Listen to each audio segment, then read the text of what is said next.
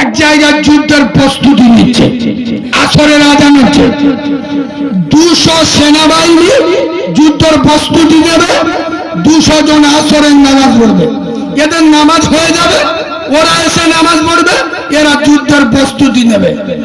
সুবহানাল্লাহ বাড়ি গিয়ে শুয়ে পড়বে। আরো জোরে বলো, আরো চিল্লে বলো।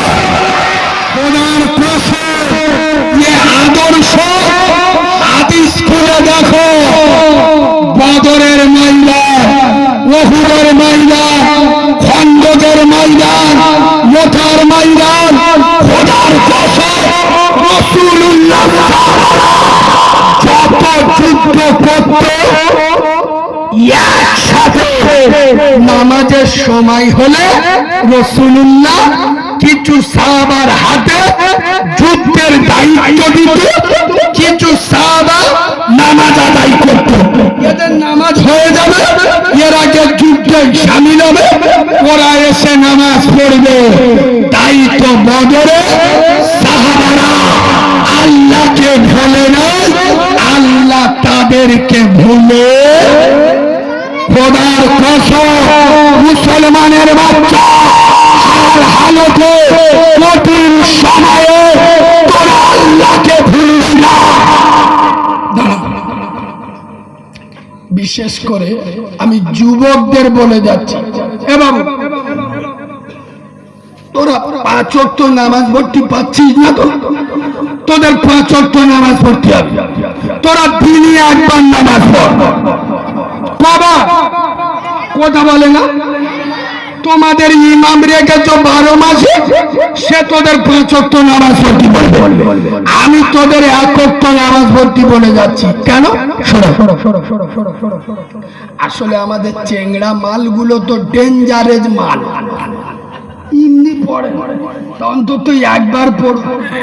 কথা বলে না, বিভিন্ন জায়গায় এরা জলসা শুনতে যাবে, মেলা বাড়ি যাবে, বিশ্বাস করুন কারিমুল্লাহ জিহাদি খাসকা মারে আসবে, পাশের গ্রামতে শুনেছে মোটর সাইকেল নিয়ে চলে, চুল কেটে তো পুরো সেই ঘোড়ার পোঁদে চুল দেখেছো, প্যান পরেছে ফাটা, মুসলমানের বেটা, পকেটে মানি ব্যাগে টাকা থাক আর না থাক, নিজের মোবাইল নাম্বার ছোট ছোট কাগজে লিখে রেখে দেয়। সুযোগ পেলি চারা মতো মেয়ে দেখলি দেখবে, শুধু মেয়েদের দেখলি জান भी दिया है दिल भी देंगे छोकी ना तेरे लिए। আরে বাঁদরের বাচ্চা, তোর দিন দিয়েছে কে? জোরে বলো, দিনটা দাও নবী মুস্তাফাকে, ইহকালে শান্তি পাবে, পরকালে দয়ার জান্নাতে জায়গা পাবে। আমি উদু মাস করিনি, তোমাদের একবার নামাজ পড়তে বলে, প্রতিদিন একবার মসজিদে যাবে, যখন আপনার সুবিধা হবে, ফজর, জোহর, আসর, মাগরিব, এশা। কেন বলছিস? আল্লাহর নবী মদিনার মসজিদ নববীতে বসে আছে, একবার সুবহানাল্লাহ বলবেন? সুবহানাল্লাহ জান একটু ঝাল ঝাল ভাব, একটু মিষ্টি করে সুবহানাল্লাহ বলবেন, আর একটু ভালোবাসা দিয়ে সুবহানাল্লাহ বলবেন। রাসূলুল্লাহ মদিনার মসজিদ নববীতে বসে এক মুসলিম এসে বলছে, ইয়া রাসূলুল্লাহ, ইয়া হাবিবাল্লাহ, আমি ইসলাম কবুল করব, তবে আমার একটা শর্ত। আমি ইসলাম কবুল করব, আমার একটা শর্ত। কি? ওই যে আপনার ইসলামের দিনই 5 বার নামাজ পড়তে হয়, আমি 2 বার পড়বো, 3 বার পড়বো। সাহাবাদের চোখ হলুদ হয়ে গেল।